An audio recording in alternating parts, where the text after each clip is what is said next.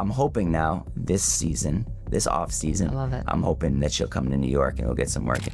Chris Brickley, legendary NBA trainer, that he wants to work with Caitlin Clark, and I think she should take full advantage of this. Something wild just came out of Indiana, and it's got the whole basketball world buzzing. A top NBA trainer, one of the biggest names in the game, just exposed the Indiana Fever for blocking him from training with Caitlin Clark. And let's be real, if this story is true, it's a terrible look for the Fever organization. Welcome back to Her Hoops, your home for everything WNBA drama, deep dives, and truth bombs the league doesn't want you to hear. So what really went down between Chris Brickley, the world-renowned NBA trainer, and Caitlin Clark, the face of the WNBA? Let's paint the picture. Chris Brickley isn't just some random skills coach. This guy's trained LeBron James, Jimmy Butler, Donovan Mitchell, Trae Young, Carmelo Anthony, even James Harden. Chris Brickley, legendary NBA trainer, working with the likes of Carmelo Anthony. When y'all saw Carmelo Anthony lose all that weight and get in shape, Hoodie Melo, he worked with Carmelo Anthony, Jimmy Butler, Donovan Mitchell, Trae Young, LeBron James, the best of the best, creme de la creme. He helps add things to your bag that translate to the game. His private gym in New York City is basically a shrine to NBA greatness. And now, he says he wanted to train Caitlin Clark, but the Indiana Fever wouldn't let him. Think about that for a second. One of the most elite player developers in the world, a man who literally built the modern isolation and footwork game that dominates today's NBA, wanted to work with Caitlin, and the Fever said no? This is where it gets ugly, because Brickley didn't just make a casual comment. He publicly admitted that they had plans to work together, but Indiana wouldn't allow it. He even said he respected the process, that rookies are required to stay and train at team facilities for their first few years. Structure of that specific team. Yes. So Yeah. You just called it. Sometimes some teams are like, no, they've got you need people. to be with me a year for the first 3 years. This is happening with me and Caitlin Clark. So Caitlin Clark finished her rookie season. We've been talking for a few years, and You worked with Caitlin Clark? so we were going to work last summer, but I was gonna have to go to Indianapolis, and I respected, like, Yeah. when you're young on your team, you work out at your practice facility. Yeah. So I'm hoping now this season, this off season, I love it. I'm hoping that she'll come to New York and we'll get some work. But let's call it what it is: control. Indiana doesn't just want Caitlin Clark on the court, they want her under their thumb. And if Caitlin truly wants to level up her game, she might have to make a hard choice this offseason: stay loyal to Indiana or chase greatness with the best of the best in New York City. Before we dive into the full storm brewing between the Indiana Fever and Chris Brickley, And she's, Bro, Caitlin, leave Indiana this summer. You need to take your ass to New York City and put that work in with Chris Brickley. I'm telling you, he's gonna help take her game to the next level. Forget working out with Austin Kelly and Stephanie White. What's the dude, the trainer? He cool, black dude. He cool. He tore his Achilles too. Like, how the training staff tearing their Achilles and all types of stuff. I'm cool on all that. let's rewind for a second, because this isn't just about one training session. This is about control, power, and fear. Ever since Caitlin Clark entered the WNBA, the Fever have been trying to figure out how to handle the biggest star the league has ever seen. She's not just a rookie, she's a walking TV rating. Every arena sells out. Every team wants her name in their headlines. she's the reason why the WNBA has become so big. I know. would love to work with her. Yeah.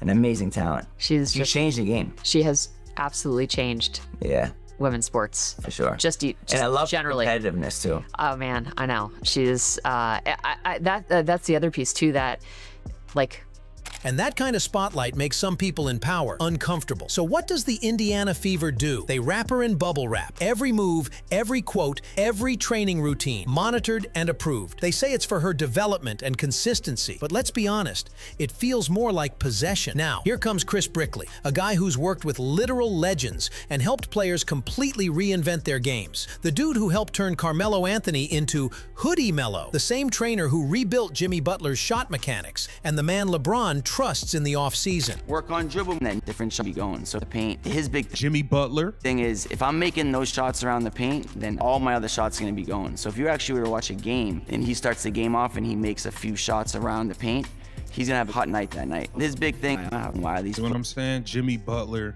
James Harden. Come on, man. It's really cool. When someone like that says, I want to work with Caitlin Clark, that's not just a compliment. That's an opportunity to elevate her career to superstardom. But instead of letting her spread her wings and learn from the best, the Fever reportedly kept her in Indianapolis, under their supervision, with their trainers, with their system. And let's not ignore the irony here. One of those very trainers even tore his Achilles during the season. That's the same group that's supposed to build Caitlin's durability and athleticism? Come on. And Chris Brickley didn't sound bitter, he sounded disappointed. You could hear it in his tone. He respected the rules, but he made it clear. He was ready. He was waiting. He still wants to train her. The question now is, will the Fever keep standing in the way of greatness? Or will Caitlin finally take control of her own development and step into the kind of training environment that made NBA legends who they are today? Because let's be real, if she ever gets into that New York gym with Brickley, surrounded by Trae Young, Jimmy Butler, and Harden, we might be looking at the birth of a new version of Caitlin Clark, one the WNBA simply won't be able to contain. All right, let's break this down piece by piece, because this situation with Caitlin Clark and the Indiana Fever isn't just about one off-season training session. He knows the greatness of Caitlin Clark already,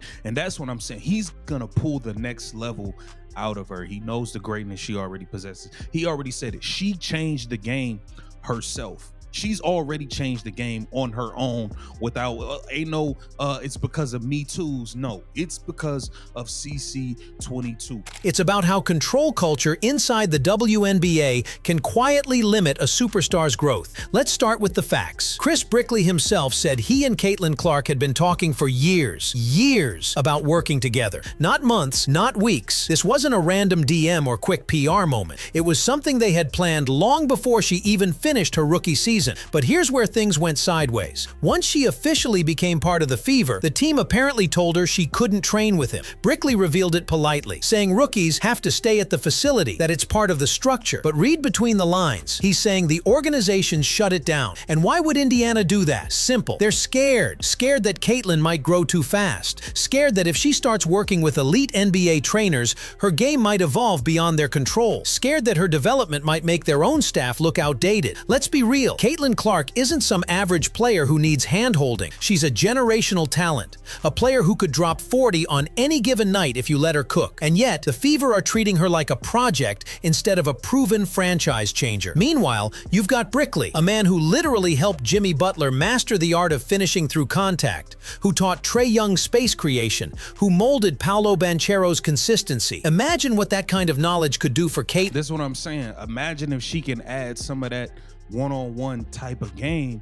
to where she don't have to use the ball screen so much and give the other team the option to blitz her and double her non-stop. You see what I'm saying? Like, if she's able to add some of these small things, bro, Caitlin Clark is gonna be unguardable. It's just gonna be her biggest weakness as a rookie? Finishing at the rim and creating isolation separation. Guess what Brickley specializes in? Exactly that. Now think about it. If Caitlin added a Harden-style step back, a Trae Young floater, a mellow mid-range fade, it's over. The league would have no answers. But that's the point. Maybe Indiana doesn't want that version of her yet. Maybe they're trying to control her evolution so the spotlight doesn't outgrow the team itself. Works out in an unorthodox way. He still does a lot of fundamental things, but we also work a lot on creating space. Once we get into the workout, he's big with the step backs, he's big with the side steps. I've been doing this for like 8 years and I've never seen a player do these drills. So I actually took some stuff from him and it's actually impossible to guard. James Harden, like Paolo Banchero. So Paolo Banchero.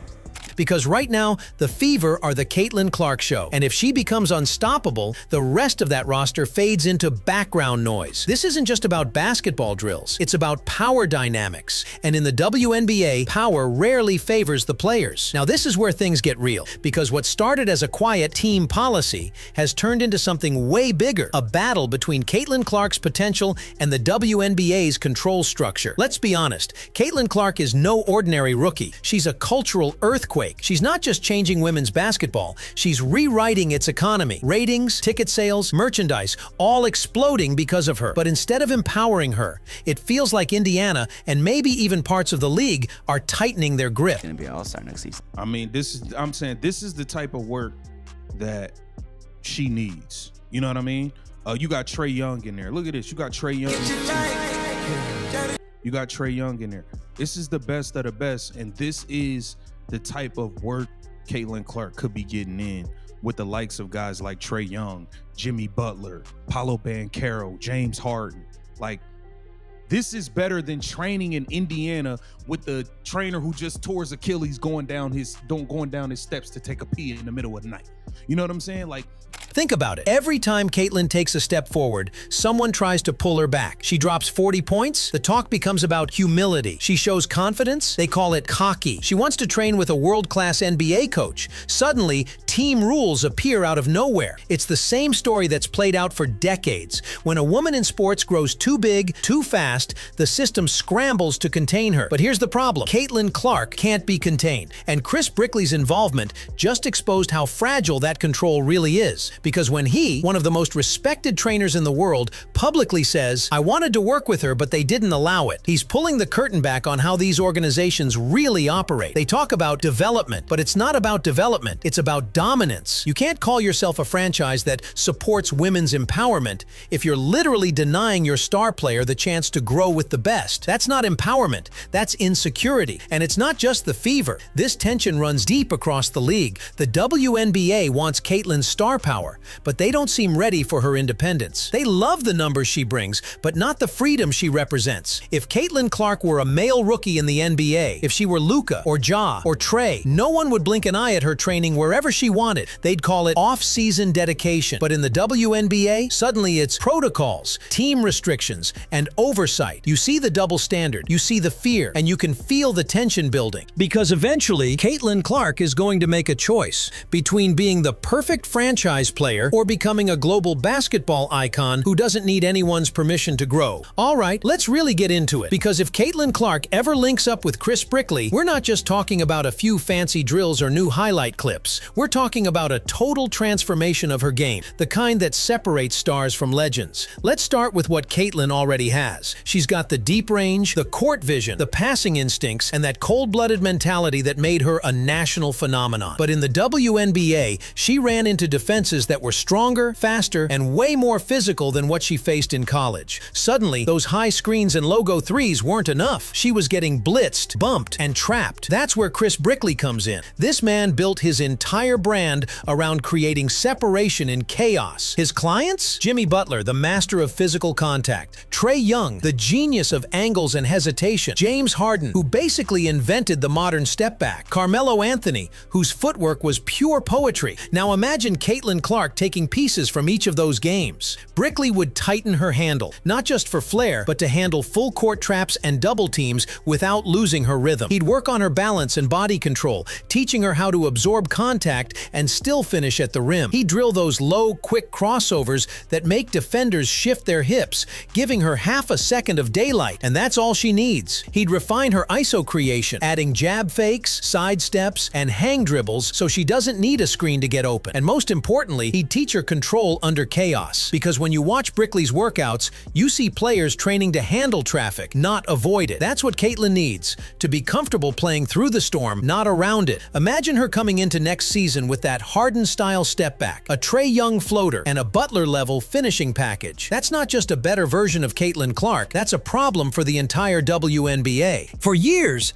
the league has dreamed of a moment like this, a breakout star who could grab the nation's attention and finally make women's basketball part of the mainstream sports conversation. Caitlin Clark delivered that dream on a silver platter. Ratings exploded, jerseys sold out, and WNBA arenas turned into must-see events. But here's the uncomfortable truth. The league wasn't ready for it. They wanted her fame, not her freedom. Because when a player like Caitlin starts thinking for herself, choosing her own trainers, managing her image, building her personal brand, that's when the system gets nervous. The WNBA is used to players following the team's script, but Caitlin's script is global, not local. She's bigger than Indiana. She's bigger than the league's current box. And that scares people who built that box. This whole Chris Brickley situation exposes something deeper, the culture clash between the old WNBA and the new era of athlete empowerment. The old WNBA says, stay loyal, stay humble, follow the system. The new era says, build your legacy, chase greatness, be more than what the team expects. And that's exactly what Caitlin Clark Clark represents. The next generation of athletes who see themselves as brands,